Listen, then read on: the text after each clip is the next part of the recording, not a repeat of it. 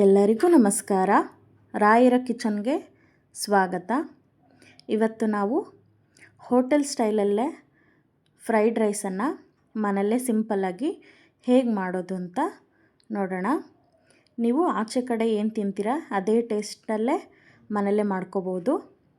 ಇದನ್ನು ಮಾಡಲಿಕ್ಕೆ ಏನೆಲ್ಲ ಸಾಮಗ್ರಿಗಳು ಬೇಕು ನೋಡ್ಕೊಂಡು ಬರೋಣ. ಇಲ್ಲಿ ನಾನು ಕ್ಯಾರೆಟ್, ಬೀನ್ಸನ್ನು ಸಣ್ಣದಾಗಿ ಹೆಚ್ಚಿಟ್ಕೊಂಡಿದ್ದೀನಿ. ಕ್ಯಾಪ್ಸಿಕಮ್, ಈರುಳ್ಳಿ, ಪೆಪ್ಪರ್ ಪೌಡರ್, ಖಾರದ ಪುಡಿ, ಉಪ್ಪು, ಶುಂಠಿ ಬೆಳ್ಳುಳ್ಳಿ ಪೇಸ್ಟ್ ತಗೊಂಡಿದ್ದೀನಿ, ಸೋಯಾ ಸಾಸ್ ಹಾಗೂ ವಿನೆಗರನ್ನು ತಗೊಂಡಿದ್ದೀನಿ. ನಂತರ ಇಲ್ಲಿ ನಾನು ಸಣ್ಣದಾಗಿ ಕೊತ್ತಂಬರಿ ಸೊಪ್ಪನ್ನು ಹೆಚ್ಚಿಟ್ಕೊಂಡಿದ್ದೀನಿ. ಹಾಗೆ ಬೆಣ್ಣೆಯನ್ನು ತಗೊಂಡಿದ್ದೀನಿ. ಇದ್ರ ಬದಲಿಗೆ ನೀವು ಎಣ್ಣೆ ಕೂಡ ಬಳಸ್ಕೋಬಹುದು. ಹಾಗೆಯೇ ಇಲ್ಲಿ ಅನ್ನ ಮಾಡಿ ಇಟ್ಕೊಂಡಿದ್ದೀನಿ. ಈಗ ಹೇಗೆ ಮಾಡೋದು ಅಂತ ನೋಡ್ಕೊಂಡು ಬರೋಣ. ಇಲ್ಲಿ ನಾನು ಒಂದು ಪಾತ್ರೆಯನ್ನು ಇಟ್ಕೊಂಡಿದ್ದೀನಿ. ಅದಕ್ಕೆ ಮೊದಲಿಗೆ ಬೆಣ್ಣೆಯನ್ನು ಹಾಕೋತಾ ಇದ್ದೀನಿ. ಬೆಣ್ಣೆ ಸ್ವಲ್ಪ ಎಲ್ಲ ಕರಗಲಿ. ನೋಡಿ, ಈಗ ಕರಗಿದೆ. ಇದಕ್ಕೆ ನಾವು ಸಣ್ಣದಾಗಿ ಹೆಚ್ಚಿಟ್ಕೊಂಡಂತಹ ಈರುಳ್ಳಿಯನ್ನು ಹಾಕ್ಕೊಳ್ಳೋಣ. ಸ್ವಲ್ಪ ಇದನ್ನು ಫ್ರೈ ಮಾಡ್ಕೊಳ್ಳೋಣ. ನೋಡಿ, ಇಷ್ಟು ಫ್ರೈ ಮಾಡ್ಕೊಂಡಿದ್ದೀನಿ. ಈಗ ನಾವಿದಕ್ಕೆ 1 ಟೇಬಲ್ ಸ್ಪೂನ್ ಆಗುವಷ್ಟು ಶುಂಠಿ ಬೆಳ್ಳುಳ್ಳಿ ಪೇಸ್ಟನ್ನು ಹಾಕ್ಕೊಂಡಿದ್ದೀನಿ. ಅದು ಕೂಡ ಹಸಿ ವಾಸನೆ ಹೋಗೋವರೆಗೂ ಸ್ವಲ್ಪ ಫ್ರೈ ಮಾಡ್ಕೊಳ್ಳೋಣ.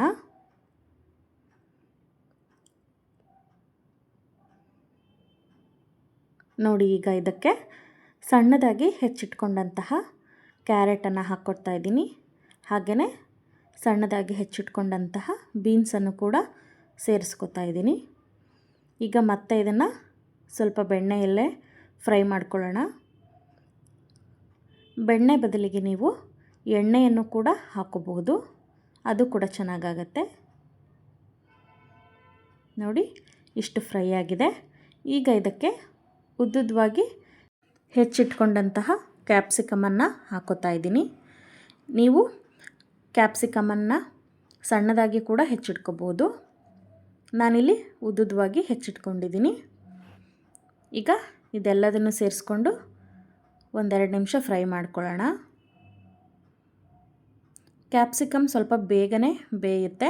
ಹಾಗಾಗಿ ಮೊದಲಿಗೆ ಕ್ಯಾರೆಟ್, ಬೀನ್ಸನ್ನು ಸೇರಿಸ್ಕೊಂಡು ಆನಂತರ ಕ್ಯಾಪ್ಸಿಕಮನ್ನು ಹಾಕ್ಕೊಂಡಿದ್ದೀನಿ. ಇಲ್ಲಿ ನಾನು ರುಚಿಗೆ ತಕ್ಕಷ್ಟು ಉಪ್ಪನ್ನು ಹಾಕ್ಕೊಂಡಿದ್ದೀನಿ. ಇಲ್ಲಿ ನಾನು ಉಪ್ಪನ್ನು ಸ್ವಲ್ಪನೇ ಹಾಕ್ಕೊಂಡಿದ್ದೀನಿ. ಯಾಕಂದರೆ ಅನ್ನ ಮಾಡುವಾಗ ನಾನು ಅನ್ನಕ್ಕೆ ಸ್ವಲ್ಪ ಉಪ್ಪನ್ನು ಹಾಕ್ಕೊಂಡಿರ್ತೀನಿ.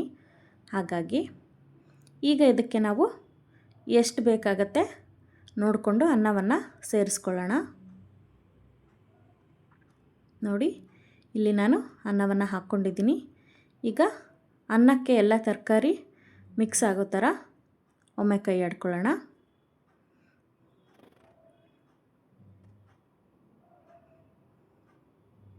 ಉರಿಯನ್ನು ಸಣ್ಣ ಉರಿಯಲ್ಲೇ ಇಟ್ಕೊಳ್ಳಿ. ನೋಡಿ, ಇಷ್ಟು ಮಿಕ್ಸ್ ಮಾಡ್ಕೊಂಡಿದ್ದೀನಿ. ಈಗ ಇದಕ್ಕೆ ಪೆಪ್ಪರ್ ಪೌಡರ್ ಅರ್ಧ ಚಮಚ, 1 ಚಮಚ ಖಾರದ ಪುಡಿಯನ್ನು ಹಾಕ್ಕೊಂಡಿದ್ದೀನಿ. ಹಾಗೆಯೇ 1.5 ಚಮಚದಷ್ಟು ವಿನೆಗರನ್ನು ಹಾಕ್ಕೊಂಡಿದ್ದೀನಿ. ಹಾಗೆಯೇ 2.5 ಟೀ ಸ್ಪೂನ್ ಆಗುವಷ್ಟು ಸೋಯಾ ಸಾಸನ್ನು ಹಾಕ್ಕೊಂಡಿದ್ದೀನಿ.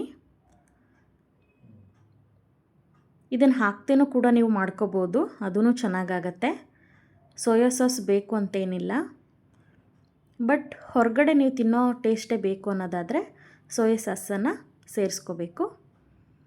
ಹಾಗೆಯೇ ವಿನೆಗರ್ ಬದಲಿಗೆ ನೀವು ನಿಂಬೆ ಹುಳಿಯನ್ನು ಕೂಡ ಸೇರಿಸ್ಕೋಬಹುದು. ವಿನೆಗರ್ ಇದ್ದರೆ ಸೇರಿಸ್ಕೊಳ್ಳಿ, ಇಲ್ಲ ನಿಂಬೆ ರಸವನ್ನು ಹಾಕ್ಕೊಳ್ಳಿ. ಈಗ ಇದೆಲ್ಲದನ್ನು ಸೇರಿಸ್ಕೊಂಡು ಚೆನ್ನಾಗಿ ಮಿಕ್ಸ್ ಮಾಡ್ಕೊತಾ ಇದ್ದೀನಿ. ಹಾಗೆ ಈಗ ಮೇಲೆ ಸ್ವಲ್ಪ ಕೊತ್ತಂಬರಿ ಸೊಪ್ಪನ್ನು ಹಾಕ್ಕೊಂಡಿದ್ದೀನಿ. ಅದನ್ನು ಕೂಡ ಚೆನ್ನಾಗಿ ಒಂದು ಸಲ ಮಿಕ್ಸ್ ಮಾಡ್ಕೊಳ್ಳೋಣ. ನೋಡಿ ಎಲ್ಲ ಎಷ್ಟು ಚೆನ್ನಾಗಿ ಮಿಕ್ಸ್ ಆಗಿದೆ. ಇಷ್ಟ ಆದರೆ ಸಾಕು.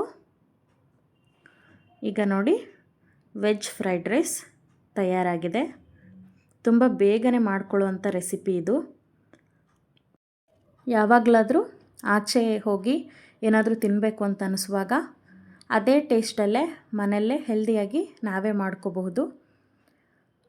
ಸೇಮ್ ನೀವು ಹೊರಗಡೆ ಏನು ತಿಂತೀರಾ ಅದೇ ಟೇಸ್ಟೇ ಬಂದಿರುತ್ತೆ. ನೀವು ಒಮ್ಮೆ ಮನೆಯಲ್ಲಿ ಟ್ರೈ ಮಾಡಿ, ಎಲ್ರಿಗೂ ಇಷ್ಟ ಆಗುತ್ತೆ. ಯಾರಾದರೂ ಮನೆಗೆ ಸಡನ್ನಾಗಿ ಬಂದಾಗಲೂ ಕೂಡ ಮಾಡಲಿಕ್ಕೆ ತುಂಬ ಬೇಗನೆ ಆಗುತ್ತೆ. Thank you.